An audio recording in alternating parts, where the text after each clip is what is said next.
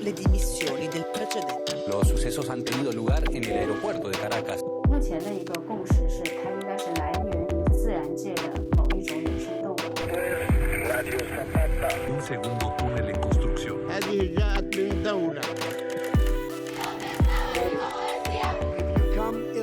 We may be opponents, but we're not enemies. We're Americans. Résultat, ils font grimper le thermomètre mondial.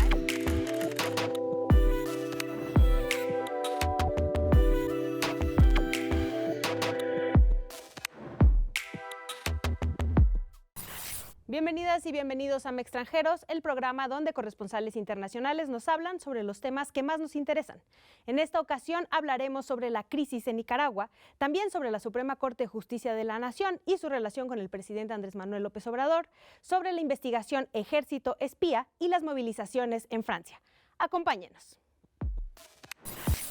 El pasado 8 de marzo, millones de mujeres en decenas de ciudades alrededor del mundo, de El Salvador a Manila, de Estambul a Lima, conmemoraron el Día Internacional de la Mujer. Las multitudinarias protestas se llevaron a cabo para exigir igualdad, respeto y el cese a la violencia de género. En países como Afganistán, considerado el país más represivo del mundo contra las mujeres, las voces se elevaron a favor de su derecho a la educación. Mientras que zonas de California en Estados Unidos y Guayaquil en Ecuador sufrieron inundaciones severas, el panel intergubernamental sobre el cambio climático emitió un informe histórico que sintetiza las ideas de 6 informes anteriores y culmina 7 años de investigación sobre cambio climático. Si bien señaló que la humanidad aún tiene tiempo para limitar el calentamiento del planeta, advirtió que esa ventana de oportunidad se está cerrando rápidamente. Se necesitan cambios contundentes y un trabajo colectivo entre naciones para transformar los sistemas de energía, alimentación, transporte y fabricación y así garantizar un planeta habitable y sostenible. Como resultado del colapso de los bancos Silicon Valley Bank, Signature Bank y First Republic Bank en Estados Unidos y Credit Suisse en Suiza, así como de los esfuerzos por rescatar a este último, existe una alerta mundial sobre la potencial debilidad del sistema financiero para resistir una crisis derivada de la fuga de capital y las altas tasas de interés. Analistas refieren que el impacto de esta crisis podría ser mayor que la de 2008. Tras el sismo del 6 de febrero que sacudió el sureste de Turquía y el norte de Siria, dejando un saldo de más de 57,000 muertos y más de 2 millones de personas sin hogar, ciudadanos turcos iniciaron una serie de protestas para reclamar la mala gestión tras el terremoto y más recientemente en contra del autoritarismo del presidente Erdogan, quien gobierna el país euroasiático desde 2003. En respuesta, el gobierno está tratando de suprimir la creciente oposición social antes de las elecciones presidenciales y parlamentarias que se esperan en mayo. Desde enero, Israel ha sido el escenario de protestas multitudinarias en contra del primer ministro Benjamín Netanyahu y de su gobierno de extrema derecha. Buscan impulsar una reforma que suprimiría la capacidad de la Suprema Corte de revisar y anular leyes anticonstitucionales y daría al Ejecutivo mayor control en el nombramiento de jueces. Las manifestaciones, consideradas las más masivas en la historia de ese país, aseguran que esta reforma es un atentado contra la democracia. El mandatario Xi Jinping prestó juramento como presidente de China tras su tercera reelección, misma que fue posible gracias a los cambios de la Constitución impulsados en 2018 por la Asamblea Nacional Popular. Se prevé que Xi Jinping continuará promoviendo su agenda de desarrollo económico que incluye el Plan Made in China 2025, además de intensificar su sistema de control social y autoritarismo para silenciar las voces disidentes. Luego de 2 días de reuniones bilaterales, el presidente chino Xi Jinping y su homólogo ruso Vladimir Putin presentaron un frente unido, resaltando su compromiso por una nueva era de cooperación. Entre los temas tratados, abordaron el reforzamiento de la relación económica, los 12 puntos para la paz propuestos por China a favor de la resolución de la guerra en Ucrania y el trabajo conjunto por un orden multipolar más justo que contrarreste los valores y reglas de Occidente. México ocupó algunas portadas internacionales este mes tras la resolución del juicio en contra de Genaro García Luna, el secuestro y el asesinato de ciudadanos estadounidenses en Tamaulipas, la manifestación a favor del INE y la incursión del Cártel del Golfo en Australia. Muchas gracias por acompañarnos en este Extranjeros mensual. Ya se les extrañaba, les damos la bienvenida a todas y todos los que nos están escuchando. Como saben, en esta ocasión tendremos a varias y varios corresponsales internacionales que nos hablarán de varios temas. Empezamos contigo, Sandra Weiss, bienvenida, corresponsal alemana que ha trabajado para varios medios suizos, alemanes, austriacos. Muchas gracias por estar acá. Gracias por la invitación. Por primera ocasión tenemos acá a Kurt, que además es primera ocasión que estás en este programa, pero tienes 23 años viviendo en este país. Kurt Hagbart, que además trabajas para la revista Jacobin. Muchas gracias por venir desde Oaxaca a acompañarnos y bienvenido. Muchas gracias a ustedes por la invitación y un gusto pues, estar en tan distinguido panel. Gracias, Kurt. También nos acompaña alguien que ya nos ha estado con nosotros en muchas ocasiones, Mathieu Trullier, que su apellido me cuesta mucho trabajo, pero le echo muchas ganitas. Él es corresponsal francés, pero trabaja además para, acá lo podemos leer en México, en la revista Proceso, pero también es colaborador de Le Monde. Un gusto estar aquí, como siempre. Muchas gracias, Mathieu. Y en esta ocasión también está con nosotros Carlos Salinas Maldonado, corresponsal de El País. Muchas gracias por andar por acá. Además, que ya habías platicado con nosotros acá, nos traes a tu pequeño hijo, a tu libro, ¿no? Que acabas de presentar hace poco, que se llama Yo soy la mujer del comandante, que es el retrato de Rosario Murillo, la esposa de Daniel Ortega. ¿Por qué no nos platicas tantito de eso? Porque además después de eso nos vamos a ir a un bloque para hablar de Nicaragua. Sí, bueno, muchas gracias por la invitación. Alegre de estar nuevamente acá. Este libro salió hace un mes en México, ya está disponible en las librerías de México y en efecto es un perfil novelado de Rosario Murillo. Rosario Murillo es la copresidenta, codictadora de Nicaragua, ¿no? La esposa de Daniel Ortega, y es un personaje que para mí, además de ser grotesco, también es fascinante periodísticamente y literariamente, ¿no? Y desde hace muchos años yo he seguido a este personaje muy de cerca, he escrito muchísimos artículos sobre ella, y en un momento Penguin Random House acá en México me dijo, ¿por qué no hacemos un libro? Pero algo más literario. Entonces la idea era contar la metamorfosis de una mujer que fue una joven poeta guerrillera en los años 60 durante la dictadura de Somoza, que se enfrentó a Somoza, que formó parte de la guerrilla del Frente Sandinista para derrocar la dictadura somocista, que tenía 47 años gobernando Nicaragua con mano dura y cometiendo todo tipo de atrocidades, y que luego se convierte ella misma en una dictadora, ¿no? Y me pareció una cosa interesante, sobre todo porque Rosario Murillo, además de este personaje político, es un personaje muy místico. Ella cree en la magia, en todas estas cosas de los amuletos para evitar que la gente le quite el poder. Sembró Nicaragua, Managua, de unas estructuras inmensas que llamó los árboles de la vida. Son 150 estructuras de estas que son una copia de un cuadro de Gustav Klimt a un costo de $20,000 por árbol. Es decir, se ha gastado una cantidad ingente de dinero dentro de su misticismo y su locura pseudo-religiosa. Entonces ella lo que hace es reunir sus creencias de Sai Baba, este gurú hindú, ¿no? Que también es medio loco, con sus creencias cristianas religiosas pentecostales, y ha creado ahí toda una religión que yo le llamo el Evangelio de Rosario Murillo, en el que ella aparece todos los días a hablar en una suerte de ángelus, como predicando una palabra que es su palabra, ¿no?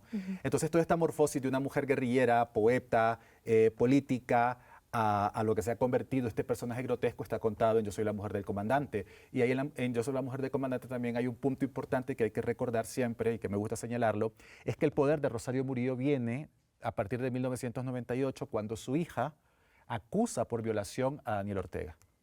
Y de hecho, para darle un poquito de sabor, el libro comienza precisamente en ese episodio, que es como el episodio importante en el que Rosario Murillo crece políticamente, hunde a su hija porque la declara loca, y le cobra una factura cara a Ortega. Yo te salvo políticamente, pero vamos a compartir. Una vez que tengas el poder, compartiremos el poder juntos. Y ese es Rosario Murillo. Yo ya lo tengo ahí en mi buró esperando para empezarlo, pero sí, me emociona mucho leerlo y sobre todo por lo que está pasando también en Nicaragua actualmente, ¿no? Que es un poco también por lo que nos gustaría que nos platicaras en esta ocasión, o sea, el despojo de la nacionalidad de un montón de nicaragüenses, ¿no? Que también varios de ellos fueron expulsados, presos políticos, que supuestamente era ya, ¿no?, el gran logro que fueran liberados, y les quitan la nacionalidad mientras van en el avión. Cuéntale un poco a la audiencia de lo que está sucediendo en Nicaragua, que es muy grave. Sí, bueno, Ortega había desatado una represión brutal a partir del 2018 cuando estallaron una serie de manifestaciones antigubernamentales, ¿no? La gente salió a las calles de forma masiva diciéndole a Ortega que tenía que darle un rumbo a su gobierno cada vez más autoritario. Y la primera respuesta fue una represión brutal. De hecho, esta primera represión la ordenó Rosario Murillo con una frase bastante brutal que decía, vamos con todo. Es decir, ordenó a las huestes del Frente Sandinista, las hordas del sandinismo, reprimir estas manifestaciones y según las organizaciones de derechos humanos hay más de 360 asesinados en ese periodo. Pero Ortega fue haciendo más fina cada vez la represión y de las balas y de matar a estudiantes en las universidades pasó a la persecución política y ahora el destierro. Lo que sucedió hace un par de meses en Nicaragua fue que había más de 200 personas encarceladas, muchos de ellos eran intelectuales, periodistas, políticos de oposición, líderes de la oposición, activistas, incluso banqueros, ¿no? Que se creía que eran como una especie de instrumento de negociación de Ortega con Estados Unidos principalmente porque Estados Unidos ha impuesto sanciones muy duras al régimen que han golpeado económicamente a Ortega y su círculo más cercano, ¿no? Pero Ortega, sorpresivamente, un día los liberó, los sacó a todos de la cárcel, los metió en un avión fletado por Estados Unidos y los envió a Washington. Y mientras ellos iban volando, reformó la Constitución porque él controla todas las instituciones del Estado y les quitó la nacionalidad. O sea, son apátridas y expatriados, desterrados. Además de eso, bueno, entre las personas que le ha quitado la nacionalidad están los grandes escritores nicaragüenses, Sergio Ramírez, Premio Cervantes, y Yoconda Belli. Ha habido una reacción latinoamericana muy solidaria en la que Chile, bueno, también España, Uruguay ha ofrecido las nacionalidades a estos parias, ¿no? Para el régimen de Daniel Ortega, incluyendo México también. Y lo que está pasando es que de Nicaragua se ha quedado sin oposición política. Ortega ha podido desmantelar completamente la oposición política. No hay nadie capaz de levantar la cabeza y quien intente por lo menos obviamente va a ser acallado de forma brutal. En este momento hay un obispo nicaragüense que se rehusó a montarse en este avión, que es Monseñor Rolando Álvarez, y al rehusarse a montarse en ese avión, Ortega lo apresó, lo envió a una de las peores cárceles de Nicaragua, que se conoce como La Modelo, y durante muchas semanas no se sabía nada de Rolando Álvarez, hasta que la presión internacional hizo que Ortega diera pruebas de vida de este cura, que salió el fin de semana, se le pudo ver demacrado, pero pudo verse con sus hermanos, y pues lo que te da una idea de que en Nicaragua nadie podrá alzar la voz. Es una dictadura brutal, posiblemente es más brutal que la de Venezuela, que ya pensábamos que era imposible, y lo que ha hecho Ortega es desmantelar completamente cualquier indicio de crítica y de oposición en Nicaragua. Tenemos poco tiempo, pero Sandra, tú también estuviste en Nicaragua, ¿no? En esas épocas, sobre todo en 2018, cuando mencionaba Carlos. ¿Cómo ves el panorama del país? A mí lo que me llama la atención es ese hecho, por ejemplo, de quitarles la nacionalidad nicaragüense. No era necesario. O sea, estaban en la cárcel, ya los mandó al exilio. Era como, yo a veces pienso que hay como un componente irracional en ese gobierno. Algo que yo no me explico, que no tiene ninguna lógica. Es como una venganza, ¿no? Es como para un paso más allá, aislarse aún más, porque eso es lo que está haciendo. Se está quedando sin opciones. La ofensiva contra la Iglesia Católica es brutal. El Papa incluso, durante muchos años no ha hablado sobre Nicaragua, se ha callado la boca tratando de buscar, me imagino, caminos, pero esos caminos ya no existen. Ahora el Papa también salió a condenar. Entonces Ortega se está dejando completamente sin puentes. Entonces yo me pregunto a veces, ¿hay racionalidad todavía en este grupito? Para mí son completamente paranoicos. Incluso en su círculo cercano hay gente que ya ha caído en desgracia, presos pues, de la policía y otros. Entonces yo siento, la verdad, lo veo como un espectáculo un poco grotesco de un grupito que se encierra en sí mismo y que cada vez es como más fanático y más alejado de toda racionalidad y de la realidad del país también, porque económicamente está en un problema grande y ese problema viene. Yo me pregunto siempre, ¿a dónde quiere llegar Ortega? ¿Cuál es su salida? ¿Qué quiere hacer? Kurt, y un poco también cómo ves el papel de Estados Unidos, ¿no? Bueno, este es todo un tema, ¿no? Porque yo crecí pues, en los años 80 cuando Estados Unidos estaba apoyando la contra, ¿no? La brutalidad de la política exterior de Reagan en ese tiempo que casi tumba su gobierno. Eso debió haber tumbado el gobierno de Reagan, ¿no? Pero, ahora la situación, pues, como bien describió Carlos, es muy diferente, ¿no? detrás de esa época del romanticismo, del sandinismo de los años 80, ¿no? Y pues, yo creo que justamente, pues, en términos de México se nota que creo que incluso la paciencia de AMLO se está agotando, ¿no? Escribió una carta a Ortega ya en diciembre pidiendo la liberación de Dora María Telles ahí, que supuestamente iba a ser una carta ahí, nada más entre ellos, pero luego tomó el paso de hacer pública esta carta, ¿no? Y de ofrecer, pues, asilo a las personas apátridas, ¿no? Yo creo que igual AMLO está en pues, recuerda los años 80, su relación personal con Ernesto Cardenal, pero vaya, los tiempos han cambiado mucho ahí. El problema con Estados Unidos es que, bueno, creo que vamos a hablar de eso también en un bloque tal vez posterior, pero los motivos de Estados Unidos en América Latina nunca son buenos. Totalmente de acuerdo. Mathieu, ¿te gustaría agregar algo brevemente? Pues solo que lástima ver cómo pasa en un país cuando todo se concentra en una persona, en una pareja en este caso, rompiendo cualquier contrapoder y basado en un movimiento que elimina la crítica, que elimina pues la oposición, la libertad de expresión y pues termina creando monstruos ahí, sobre todo viniendo de movimientos sociales, termina creando monstruos décadas después y eso es muy, muy triste. Es un daño muy grande a la izquierda y a la idea de que era la izquierda, ¿no? Totalmente de acuerdo. Y seguramente seguiremos hablando de este tema y te seguiremos invitando seguramente, Carlos, para que nos sigas dando este panorama. Nos vamos a un corte, pero regresamos ya a México con el tema de la Suprema Corte de Justicia de la Nación. No se vayan.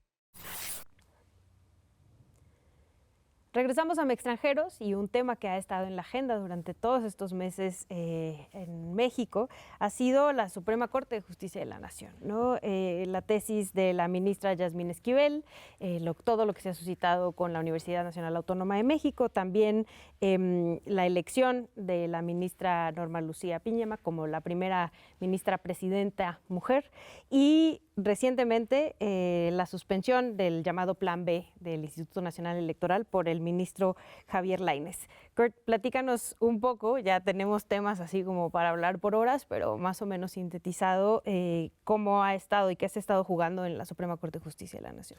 Bueno, lo que yo veo es, en una democracia siempre va a haber tensiones entre los poderes, ¿no? Eso no es algo que debería escandalizarnos, ¿no? Entonces, pues ha habido críticas por parte del presidente hacia el actuar de la Suprema Corte, ¿no? Ha habido el caso ahí de Yasmín Esquivel, que creo que pues fue parte de pues algo muy claro que ciertos intereses no querían que ella fuera presidente de la Suprema Corte, ¿no? Y luego vemos el asunto de Norma Piña y creo que mucha gente se escandalizó por la quema de este efigio ahí en el Zócalo, el día de la manifestación, ¿no? Pero, vaya, lo que yo diría es, ¿no? Yo vengo de Estados Unidos, ¿no? Y estaba pensando, pues, cuando venía acá, ¿no? Uno de los más grandes estadistas reconocidos de Estados Unidos es Franklin Delano Roosevelt, ¿no? Y en su momento él fue durísimo con los jueces de la Suprema Corte en Estados Unidos, ¿no? Porque fue durante la época del Nuevo Trato y los jueces tumbaban ley tras ley, tras ley, tras ley de programas sociales, ¿no? Que él implementaba para intentar mejorar el asunto de la Gran Depresión, ¿no? Entonces, pues, de hecho su lenguaje fue incluso mucho más fuerte que AMLO en su momento, ¿no? Habló de los 4 jinetes ahí de la Suprema Corte, hablaba de que, pues, los ricos me odian y yo, pues, doy la bienvenida a su odio, ¿no? Entonces yo creo que hay mucha, francamente, rasgadura de vestimentas en cuanto a este tema de la Suprema Corte, ¿no? Vaya, por ejemplo, de Norma Piña, ¿no? Pues lo que dijo AMLO es que desde que llegó Norma Piña ha habido ciertos casos con el que no está de acuerdo, ¿no? Y vaya, hay que entender que hay una frustración con el pueblo, con lo que parece como un poder judicial que libera a ricos, ¿no? Vemos el caso de, pues, cancelaron la orden de aprehensión contra Cabeza de Vaca, ¿no? Liberan a Rosario Robles. Horas después del veredicto contra García Luna, pues, descongelan las cuentas de su esposa, ¿no? Entonces, yo creo que parte del éxito político de AMLO es que ha sabido dar voz a una frustración, creo que muy generalizada, con el Poder Judicial en México, ¿no? Yo vivo en Oaxaca, nada más a manera de ejemplo. En Oaxaca es bien conocido que en el Poder Judicial compras lo que quieres, ¿no? Si quieres una orden de aprehensión, con más o menos la mitad de los jueces, se compra, ¿no? Si quieres que alguien vaya a dar un emplazamiento, se compra, ¿no? Entonces la gente, pues hay una frustración muy generalizada con el Poder Judicial. Entonces yo creo que luego que el Poder Judicial básicamente quiere ponerse como que no somos tocables, no nos pueden criticar. Y creo que, bueno, parte de esta idea de contrapesos es que el Poder Judicial es un contrapeso al Ejecutivo, bien, pero también el Poder Ejecutivo y el Poder Legislativo también son contrapesos al Poder Judicial también, ¿no?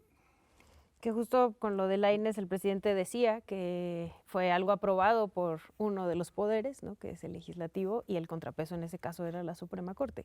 ¿Está en una crisis el Poder Judicial, como nos platica Kurt, o así se está viendo, o así se está viendo desde la mañanera, o cuál es el problema real o de lo que está sucediendo en este enfrentamiento de poderes, digamos? ¿Quién se avienta? Hay un problema histórico de muy larga data, estructural en el Poder Judicial. Y en el Poder Judicial ampliamente porque están los jueces, pero también están las fiscalías. Y muchas veces los mexicanos se quejan, ¡ay, liberan a todos! Pero los que no hacen la chamba muchas veces son los ministerios públicos. O sea, no presentan las pruebas que tú necesitas para encarcelar a una persona, porque no sé cuál es el problema realmente de fondo, que no investigan bien. Si es histórico o si es una falta de medios, no creo, porque ese país es rico y podría invertir en su justicia. Es como un tema que es muy complejo y necesita una reforma estructural. Pero eso no la tienes si tú atacas a la presidenta de la Corte Suprema. Eso es totalmente otro tema. Eso es la Corte Suprema a la que los casos al final llegan para crear una jurisprudencia. Y no, o sea, cambiando ahí o criticando o quemando efigies de la presidenta, pues no resuelves esos problemas estructurales. Y ese es el problema que yo veo. O sea, AMLO está usando una frustración que es real y que es totalmente legítima de la población para su juego político, para un control político que necesita o que quiere en la Corte Suprema, porque no quiere contrapesos, es claro, y él lo dice. O sea, él quiere que el pueblo gobierne todo, el pueblo es él. Y entonces yo veo un uso perverso, digamos, de esa frustración para tratar de someter a la Corte Suprema. ¿Creen que, por ejemplo, sí fue demasiado lo que se hizo alrededor de la quema de la figura de la presidenta de la Suprema Corte? Que incluso la esposa del presidente sacó un tuit, ¿no?, diciendo que la violencia solo generaba más violencia, básicamente. Creo que en este evento, en el gran meeting de AMLO del 18 de marzo, había muchos grupos de Morena que quisieron destacar como los más visibles, ¿no? Y eso fue un ejercicio de un grupo, probablemente del líder de este grupo, de la lideresa, de dar un paso más para atraer atención y para publicitarse en un marco preelectoral. Entonces es algo que se les salió de control al propio gobierno, yo creo. No creo que es algo que haya deseado AMLO, no creo que haya querido él llegar a ese punto. Y pues evidentemente sí es algo grave porque viene en un marco de ataques verbales y eso muestra cómo las bases de Morena pueden interpretar los ataques del presidente, ¿no? Él está haciendo un juego político, entonces está en el discurso, está viendo temas electorales, pero sus bases pueden tomar sus palabras muy a la letra. Y eso es donde está un poco el peligro, porque esto se ve en este tipo de acciones, pero también en hostigamientos en redes sociales, pues el otro día agresiones fuera de la Suprema Corte. O sea, hay todo un tema ahí que aunque él no lo desee, él lo provoca de cierto modo al tener una estructura que se basa en sus palabras para actuar, ¿no? Y decenas de miles de personas están escuchando lo que dice el presidente y trata de actuar según lo que entienden de lo que él desea, ¿no? Y ese es un poco el peligro en mi sentido. Y Carlos, ¿crees que hay algo en juego o solo es una cuestión política, ¿no? Donde se están posicionando ambos poderes? ¿O esto sí pudiera traer algo a futuro, como que esté más en juego la independencia de uno de los poderes, por ejemplo? A ver, yo lo primero que tengo que decir, y acompaño un poco lo que opinaba Kurt, que tiene que ver con que los mexicanos tienen que estar satisfechos de que por el momento sí hay separación de poderes y que ambos poderes de alguna manera están jugando el papel que deben desempeñar en una democracia. Lo que a mí me asusta mucho de lo que está pasando en México, porque lo vi a través de mi experiencia en Nicaragua, es el nivel tan agrio, tan brutal, tan fuerte de polarización política que hay en todos los niveles de la vida política de México. Y el presidente, que debería abonar un poco a una tolerancia de sus bases, lo que hace es echarle leña a fuego a esa intolerancia que se puede traducir en escenas como las que vimos en el Zócalo, ¿no? Quemando una efigie de un personaje político o dentro de los poderes judiciales. Yo creo que ese es el riesgo que tiene México, porque del otro lado hay una oposición muy débil y una oposición que se basa solo en la ofensa, es decir, esta oposición no tiene ningún tipo de argumentos políticos serios, se mira incapaz ella misma, se presenta súper dividida y mediocre totalmente. Y lo único que hacen es acudir también a esa violencia verbal para echarle más leña al fuego político, lo que termina también beneficiando al presidente, porque el presidente dice, miren ellos cómo se refieren a el pueblo, y como decía Sandra, el pueblo soy yo.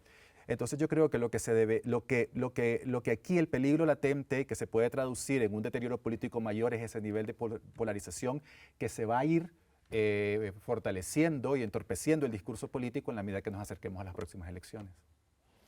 ¿Consideras, Kurt, o coincides con lo que menciona Carlos? Bueno, yo diría dos cosas. Primero, una cosa pues, que yo he notado viniendo de fuera, ¿no? Es que el movimiento pues, de AMLO y otros pues, es bastante pacífico, ¿no? En Estados Unidos, pues vaya, las manifestaciones muchas veces llegan a la quema de edificios, ruptura de vidrios, gente entra robando ahí de edificios. Casi nada, nunca de eso pasa en México, ¿no? Es decir, el movimiento AMLO en poder, incluso fuera de poder, incluso en los momentos más álgidos, ¿no? En el conflicto postelectoral de 2006 y 2012, pues ha sido, en términos globales, bastante pacífico, ¿no? Como movimiento. Entonces, yo creo que, pues, no creo que esto de la efigie haya sido aconsejable, pero yo lo enmarcaría en este contexto, ¿no? Y mi otro punto ahí, creo que, pues, el riesgo de la polarización existe, por supuesto, pero esto preexiste a López Obrador, ¿no? Vaya, hay que recordar que México es uno de los países más desiguales, en una de las regiones más desiguales del mundo. La polarización nace de ahí. Nace de un país que tiene polancos y lomas y a la vez algunos de los pueblos más marginalizados en Guerrero, Chiapas, en Oaxaca, ¿no? La polarización nace de la desigualdad. Sandra, ¿crees que esto pudiera escalar algo más allá de, como le preguntaba Carlos, el posicionar estos dos poderes o simplemente es eso, están haciendo su trabajo? No sé hasta dónde va a llegar. Yo creo que el presidente está jugando políticamente. Él ya está fijado en las elecciones de 2024 y va a jugar según le dicen las encuestas y según a él le convenga. Yo creo que para allí vamos. Ahorita el foco ya no está tanto en la Corte Suprema, el foco está ahora en el INE, el plan ABC y quién sabe cuántos más, porque ese es el gran tema. Y lo que a mí me preocupa en todos estos 5 años que hemos visto fue esa discusión, esa confrontación política estéril sin resolver ningún problema central. Y los tiene muchos de México, ni la inseguridad, el tema de la salud pública es un desastre, el tema de la educación es un desastre. O sea, no hemos avanzado nada estructuralmente en esos temas y eso es frustrante. O sea, ni de la parte de la oposición ha habido propuestas serias o busca de consensos, ni del otro lado y pues espero que no vayamos a seguir así. Sí, electoralmente además esto conviene, ¿no? O sea, tanto a un lado como al otro, los dos están tratando de llevar agua a su molino para el siguiente año. Porque desvían la atención de temas importantes que se deberían de estar tratando. Cuando decís desde el gobierno, primero los pobres, es que tu agenda debería ir encaminada a aliviar la situación de pobreza y miseria que viven gente como en los Altos de Chiapas, ¿no? Y es cierto que el presidente ha intentado desarrollar programas sociales, pero esos son pequeños paliativos, es decir, México necesita transformaciones profundas, estructurales fuertes, para que haya de verdad una transformación real, social, política e incluso democrática. Nos tenemos que ir a un corte, pero vamos a seguir hablando de México, la militarización del país, la inteligencia y estos hallazgos que se llaman ejército espía. Así que vámonos a un corte, pero regresamos.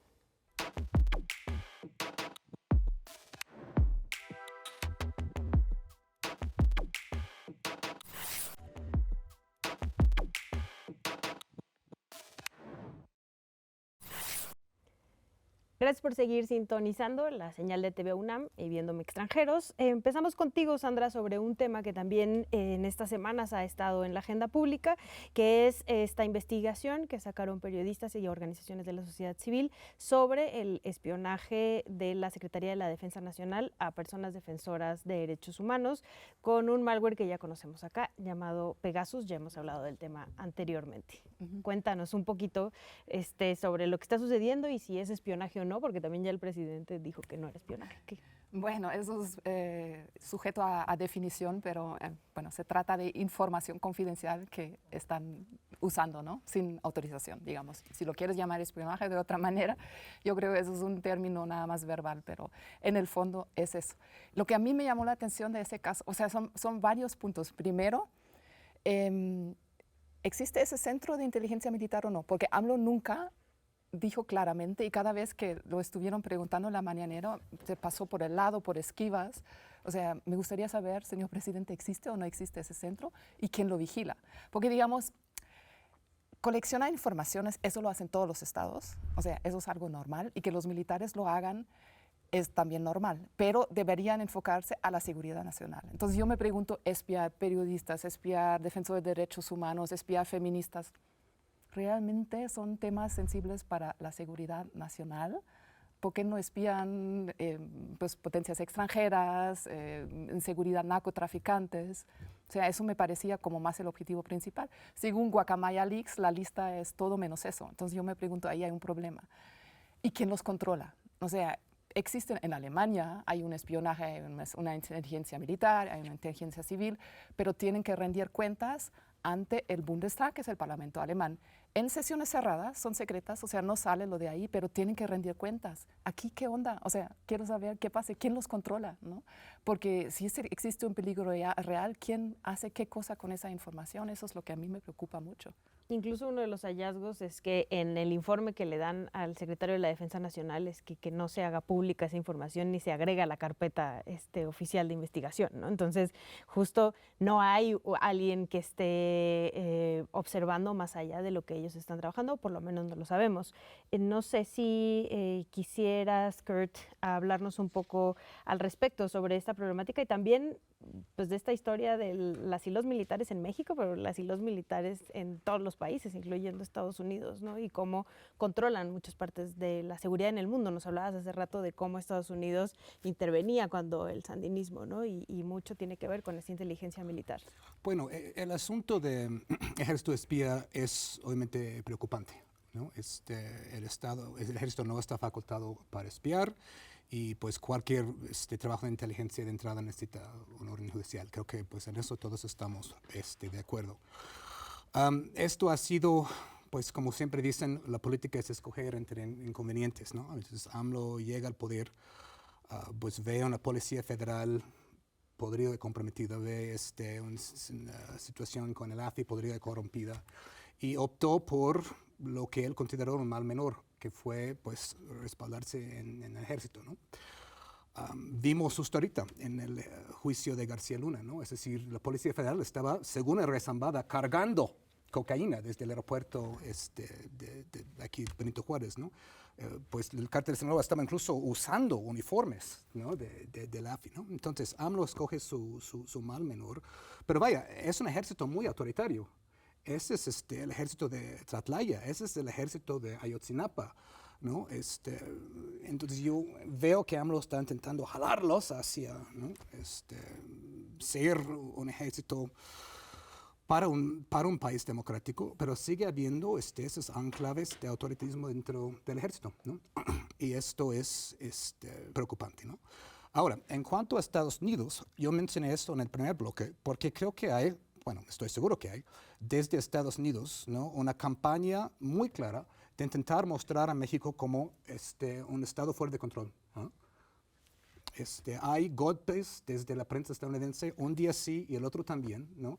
Golpe, golpe, golpe, golpe, golpe. Y ahí también tengo que criticar a algunos de los corresponsales de mi país, que incluso tal vez han estado en esta misma silla, porque vaya, hemos visto que cualquier país de América Latina que no adhiere al 100% al consenso de Washington, pues ya entra la prensa de Estados Unidos encima, ¿no? Entonces hay que ser muy crítico de lo que está pasando en México con el ejército, ¿no? Pero veo desde el lado de Estados Unidos, es muy claro que pues incluso pues están hablando de una intervención militar, ¿no? Desde pues el Congreso, el senador Lindsey Graham, apoyándose en pues New York Times, Atlantic Monthly y Y ahora la retórica en Estados Unidos se ha calentado mucho en las últimas semanas. Detrás de eso yo creo que es el tema energético, que justo hoy vimos que pues quieren llegar a un panel de arbitración, ¿no?, con el TEMEC ahí, ¿no? Entonces, vaya, esto es lo que quiero poner sobre la mesa ahí, porque cuando se trata de Estados Unidos, dos cosas que no aceptan nunca es que un país tenga control de sus propios recursos energéticos, uno, y dos, que un país como México adopte un papel de liderazgo regional, ¿no? Entonces, pues ahí está eso. Mathieu, el presidente dijo que iba a mostrar pruebas de que esto no era espionaje, ¿no? O sea, a pesar de estos reportajes que hicieron periodistas y organizaciones de la sociedad civil, como bien decía Sandra, a mí también me gustaría saber si sí existe este centro de inteligencia militar. Y de principio, ¿no?, los documentos del Guacamaya Leaks, como que en un principio quisieron hacerlos pasar como que era una filtración, pero no pasa nada. Y ahora sí es peligrosísimo y después son falsos, ¿no? O sea, no existe, todo lo que se ha sacado de ahí es falso. ¿Nos podrías ayudar a estructurar un poco todo esto? Porque los mensajes han sido bastante, pues sí, diversos. Pues para empezar, si existe el Centro Militar de Inteligencia, sí existe, opera en el campo militar número 1, está identificado, hasta podemos decir dónde está. La no respuesta del presidente más bien, porque recientemente publicaron un boletín que parecía más bien redactado por la Sedena, que respondía a la investigación Ejército Espía, y que revelaba Ejército Espía era que el Centro Militar de Inteligencia utiliza Pegasus. El boletín no menciona ni Centro Militar de Inteligencia ni Pegasus, solo da una explicación súper torcida sobre facultades legales de la Sedena para espiar, que según especialistas no son válidas. O sea, el ejército mexicano no tiene facultades para espiar, y menos sin orden judicial. Y la Sedena nunca ha pedido órdenes judiciales para espiar. Y pone en duda los documentos que están en la base de datos de Guacamaya, que es muy contradictorio con todo lo que han dicho antes, de que esta base de datos sí es real, sí fue un hackeo, pero trataron de minimizar lo que revelaban estos documentos, ¿no? Y ahí nos dimos cuenta que cuando se trata de documentos que realmente son sensibles, la respuesta es en un primer tiempo el silencio, y después una respuesta totalmente fuera de tono y llena de contradicciones.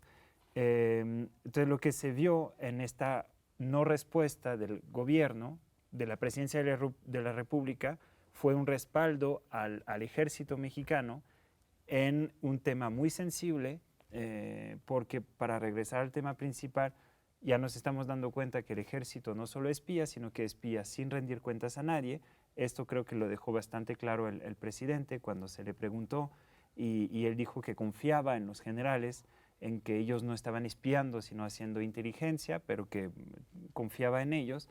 Y entonces estamos viendo que el ejército, o sea, un tema que hemos platicado mucho aquí, que es el de la militarización, ¿no?, de cómo el ejército mexicano ha crecido dentro del aparato estatal mexicano, pues aparte de ser un ejército que redacta leyes, que ya tiene empresas, que tiene las aduanas, pues aparte tiene este centro de inteligencia desde hace 12 años, desde el tiempo de Calderón, vemos una continuidad, y que lo opera prácticamente a su antojo.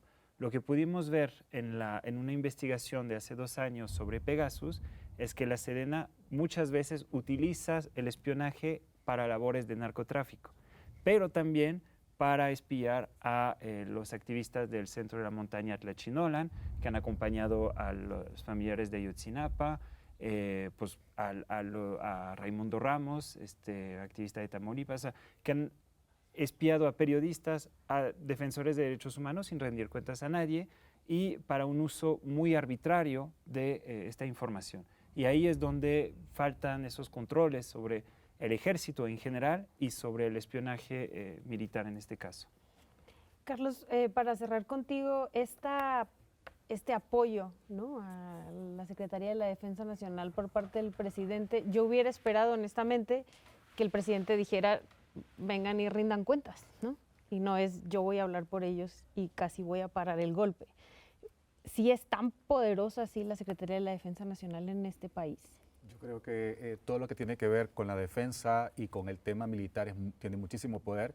Siempre lo ha tenido, o sea, el ejército en México es muy poderoso, tanto así de que ha cometido atrocidades en el pasado que han quedado en una impunidad total, ya mencionabas por algunas de ellas, y a mí sí me asusta un poco, ¿no?, el papel que está jugando el ejército, tanto en el tema como gran inversionista, como gran empresario, el que recibe las grandes concesiones, como esta libertad tan absoluta que tienen de meterte tu teléfono y espiar tu vida personal, es decir, ya seas activista de derechos humanos o seas periodista. La pregunta que hacía Sandra es legítima: ¿por qué al ejército, por qué le interesa saber cómo se comunica un activista de derechos humanos, cómo se comunica un periodista? Claro, el trabajo de espionaje que tiene que hacerse en el Estado tiene que ser para garantizar la seguridad de este territorio que llamamos México, pero creo que se han sobrepasado. Hay un abuso de poder bastante fuerte de parte de las autoridades de seguridad en México. Nos tenemos que ir al corte, pero solo eso, ¿no? O sea, como dejar claro que además Pegasus es un malware que entra a su celular, que no necesitas ya darle un clic a nada, ¿no? O sea, puede entrar a tu celular en cualquier momento y puede ver absolutamente todo, incluso prender la cámara y prender el micrófono cuando tú no lo estás utilizando, ¿no? O sea, sí es algo muy, muy, muy intrusivo que se está utilizando, según estas investigaciones, en periodistas y personas defensoras de derechos humanos. Muchas gracias. Nos vamos a un corte, pero regresamos al tema de Francia y la crisis en Francia, a platicar sobre eso, que también hemos visto unas imágenes bastante potentes y queremos que nos cuenten acá qué está sucediendo del otro lado del mundo. Regresamos.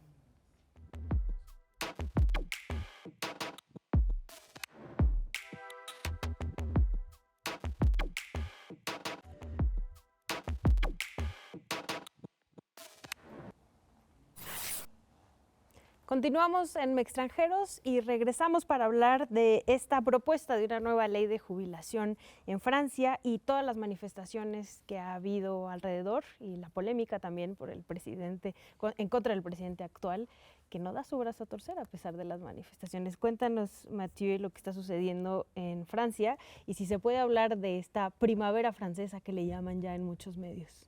Mira, lo que está pasando en Francia, en mi punto de vista, es muy preocupante porque hay un giro autoritario de un presidente, Emmanuel Macron, que se vendió como demócrata, muy convencido, y que ha estado haciendo uso de 2 herramientas totalmente antidemocráticas, que es primero imponer su reforma al sistema de jubilación. Hay que reponerse en un contexto, ¿no? En Francia el sistema de jubilación es producto de una lucha social y es un tesoro muy querido entre la gente. O sea, la jubilación es algo medio sagrado. Y él había prometido en algún momento que no iba a elevar la edad de jubilación de 62 a 64 años y finalmente lo hizo. Lo hizo bajo una lógica pues, que aquí se conoce bien, neoliberal, bajo argumentos que han sido muy cuestionados. Como no tenía la mayoría suficiente en la Cámara de Diputados, utilizó una herramienta que parece muy monárquica, que es imponer una reforma con un artículo que se llama el 49.3 de la Constitución, y que permite a un gobierno, a un presidente, imponer una reforma y por ley entra excepto si la Cámara reúne las 2/3 partes para tumbar al gobierno.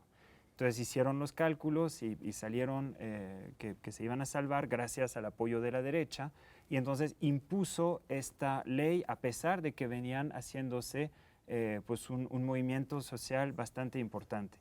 Esta decisión de Macron de imponer por la fuerza su reforma a la jubilación, que es totalmente impopular, estalló un movimiento social todavía mayor, uno que no se había visto y que rebasó ya el de los chalecos amarillos, que ya era un problema de su primer mandato, y segunda herramienta antidemocrática que utilizó contra esto fue una represión brutal, del estilo de los chalecos amarillos, pero todavía más, y que se está desbordando ya del tema de la jubilación, que ahorita hay un tema ambiental pues unos manifestantes fueron pues a tratar de protestar contra un proyecto dañino para el agua, y otra vez mandó a policías a realmente escenas de violencia que muchos hemos visto, a reprimir con una brutalidad extrema a manifestantes pacíficos, un poco menos pacíficos. Pero, digamos, él ha hecho uso de estas dos herramientas antidemocráticas y está creciendo un ambiente de tensión política en Francia. Entonces hay todo un movimiento social que se está construyendo con huelgas, con muchos sindicatos que le están entrando, aún los sindicatos que antes se veían como más conciliadores con el gobierno, le están entrando a huelgas.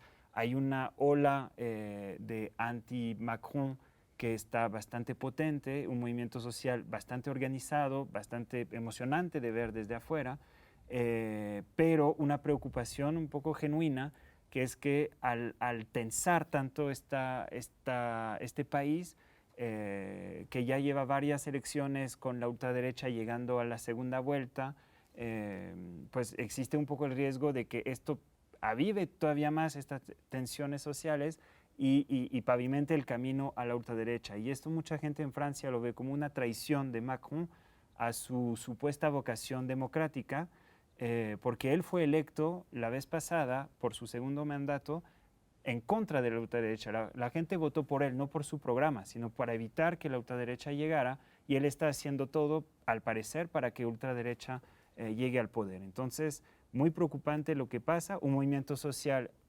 eso sí, muy articulado, muy esperanzador, pero todos estos riesgos que acechan sobre el futuro de Francia.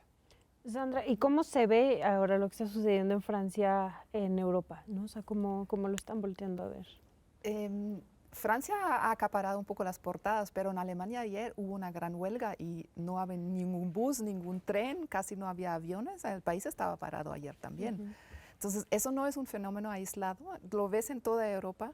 Hay una crisis muy grande de la clase media en Europa por la inflación muy alta, por todo lo que ha traído la pandemia. Ellos tienen la impresión de estar pagando las cuentas, mientras que una clase empresarial se ha enriquecido de una manera brutal y la política se ve un poco incapacitado de reaccionar ante ese fenómeno, ¿no? Porque pues, hubo exigencias, por ejemplo, de hacer un impuesto a los superricos en Alemania, pues no avanza en el Parlamento, por ejemplo. O sea, la gran coalición, o sea, ya tenemos un gobierno que es de 3 partidos, porque ya no hay, o sea, entre 2 ya no pueden gobernar, ya necesitan de 3 partidos. Es una crisis muy grande de la política frente a ese desaparecer de la clase media, y que ha sido durante muchas décadas desde la posguerra, le ha dado mucha estabilidad a Europa. Yo estoy muy preocupada por ese continente porque no sé en qué va a terminar, porque también la extrema derecha en Alemania está ganando votos y peso político. Kurt, hablabas hace rato de la desigualdad, ¿no? Y de cómo las manifestaciones, estas grandes manifestaciones son una respuesta a ello. Y en Estados Unidos también ha habido grandes manifestaciones y tienen esta base social también que tiene que ver con la desigualdad. Sí, justamente, y esto ha sido un constante en Estados Unidos en los últimos años, donde no existe un estado de bienestar como en Francia o el resto de Europa, ¿no? Entonces, en Estados Unidos, si te enfermas, ¿no? Y si tienes una enfermedad grave, por el sistema de sanidad que existe, puedes perder todo, ¿no? Puedes ir a cualquier ciudad en Estados Unidos y ver calle tras calle de gente viviendo en situación de calle. Esto en el país más rico del mundo según las cifras del PIB, ¿no? Y ningún país, ninguno de los dos partidos ha podido dar una respuesta a esta creciente desigualdad, ¿no? Es un país muy desigual, ¿no?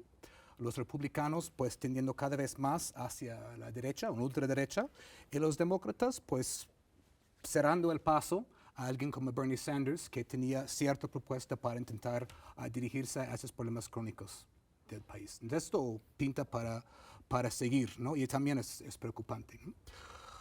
Quería mencionar en cuanto a Francia, es interesante, ¿no? Porque la prensa angloamericana sigue insistiendo que AMLO es autoritario, autócrata, mesiánico, por lo del INE, ¿no? En cuanto a Macron, la prensa estadounidense no dice mucho, ¿no? Y es muy interesante esa diferencia, ¿no? Francia, como Europa, pues básicamente acata la política exterior de Estados Unidos. Entonces, Macron puede hacer cosas que, imagínense algo, ni siquiera la 10ª parte de esta brutalidad pasar aquí en México, ¿no? ¿Cómo estarían pegando el grito al cielo?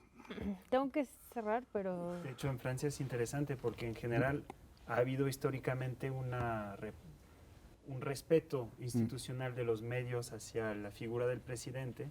Y ahorita este respeto se está agrietando porque los medios están publicando mucho la deriva autoritaria, sobre todo de las violencias policíacas, y parece que hay un rompimiento ahí, una ruptura, vamos a ver si es duradera o no, entre los medios y el poder central que es el presidente. Carlos, en medio minuto me gustaría cerrar contigo rápido sobre el tema y sobre, además nos hablabas al principio, ¿no? Del cuando existe este gran Estado superpoderoso y el peligro de que la derecha llegue al poder. Bueno, en Francia a mí me da espanto pensar que va a estar Le Pen gobernando, ¿no? Un país como Francia. Pero yo te puedo decir un par de cosas. Lo primero es que en América Latina, con todos los gobiernos neoliberales que tenemos, aunque algunos se hagan llamar de izquierda, como el del presidente López Obrador, los trabajadores prácticamente no tenemos derecho. Y cuando vemos las manifestaciones en Francia y vemos al sector obrero levantado en Francia exigiendo que se respete el estado de bienestar, que Francia ha sido una de las grandes banderas, ¿no? Pues llama la atención. El ejemplo de Nicaragua. En Nicaragua el estallido social comenzó precisamente por una reforma a la seguridad social que Ortega quería imponer en un país donde la seguridad social ya era una mierda, perdón por la palabra. Y eso terminó en una masacre brutal, ¿no? Es decir, yo creo que el hecho que Francia todavía, y también en Alemania, los trabajadores reclamen sus derechos es alentador para un continente donde el neoliberalismo es brutal, el capitalismo es lo más salvaje del mundo. Yo creo que México tiene un capitalismo, si no al nivel de Estados Unidos, les estamos siguiendo la copia muy bien. Y es un llamado de atención, ¿no? de que los trabajadores tienen derechos y de que podríamos luchar también nosotros en América Latina por un estado de bienestar y no esta desigualdad tan terrible que tenemos.